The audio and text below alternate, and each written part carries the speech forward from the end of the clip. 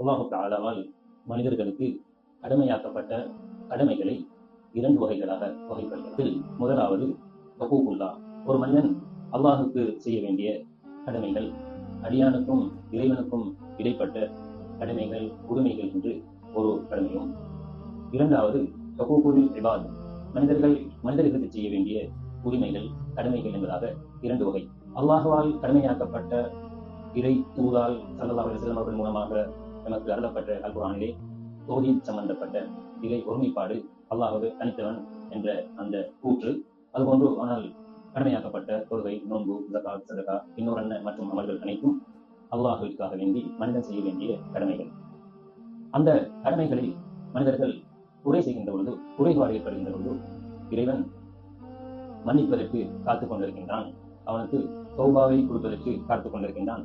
அந்த தௌபா எங்கோ எப்போதோ அல்லாஹ் தஆலா அவனிடத்தில் ஏற்றுக்கொள்வான் என்ற நிலைப்பாட்டோடு, ஆனால் மனிதர்களுக்கு செய்ய வேண்டிய கடமைகளில் ஏற்படுகின்ற குறைபாடுகள், மனிதர்கள் செய்கின்ற தவறுகள், அந்த உரிமைகளிலே ஏற்படுகின்ற குறைகளை அல்லாஹ் வெறுமனே மன்னிக்கப் போவதில்லை.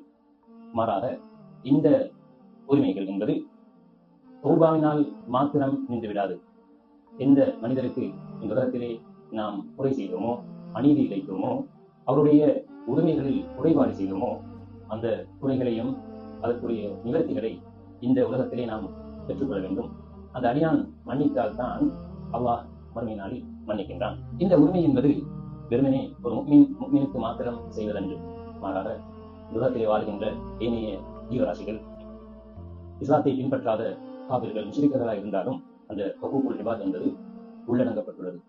நாம் செய்கின்ற ஒவ்வொரு தவறுகளுக்கும் உரிமைகளை எடுக்கின்ற பொழுது, அநியாயமான முறையில் நடக்கின்ற பொழுது அவைகளுக்கு நாம் குற்ற பரிகாரம் இந்த உலகத்திலே செய்து கொள்ள வேண்டும். அல்லாஹ்வின் தூதர் ஸல்லல்லாஹு அலைஹி வஸல்லம் அவர்கள் சொன்னார்கள், அநியாயம் செய்வதை அஞ்சிக் கொள்ளுங்கள், தவிர்த்து கொள்ளுங்கள். ஏனெனில் நிச்சயமாக அநியாயம் செய்வது மறுமை நாளில், அநியாயம் என்பது மறுமை நாளில் பல இருள்களாக இருக்கும். அநீதி என்பது மற்றவர்களின் உரிமைகளை பறிப்பது, தீங்கு இழைப்பது, அவர்களுக்கு மத்தியிலே பாரபட்சம் காட்டுவது அல்லது நியாயத்தின் எல்லையை மீறுவது என்பதாகும். அல்லாஹ்வின் தூதர் ஸல்லல்லாஹு அலைஹி வஸல்லம் அவர்கள் மற்றும் ஒரு ஹதீஸிலே, யார் ஒரு சகோதரனுக்கு அநீதி இழைக்கின்றாரோ, அவருடைய கௌரவத்தில், அவருடைய சொத்தில், செல்வங்களில் அநீதி இழைக்கின்றாரோ, அவர் இந்த உலகிலே அதிலிருந்து தன்னை விடுவித்துக் கொள்ளட்டும், ஹலாலாக தேடிக் கொள்ளட்டும். ஏனெனில் மறுமை நாளில் தீனார்களோ திர்ஹங்களோ இருக்காது. ஒருவரிடம் நல்லமல் இருந்தால் அநீதி இழைக்கப்பட்டவரின் அநீதியின் அளவுக்கு அவரது நல்லமல்கள் எடுக்கப்படும்.